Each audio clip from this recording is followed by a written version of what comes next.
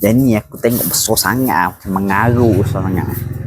Jadi aku nak buat size F5. Size F5 ni dia separuh daripada size F4 ni. Jadi aku ambil belakang ni lah. Tak bazir ingat. Tengok. Belakang ni.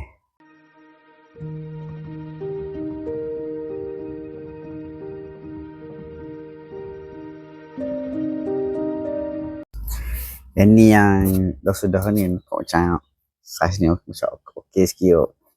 Aku tambah logo Kembar Burger aku sini. Ni aku pun sendiri bukan yang orang.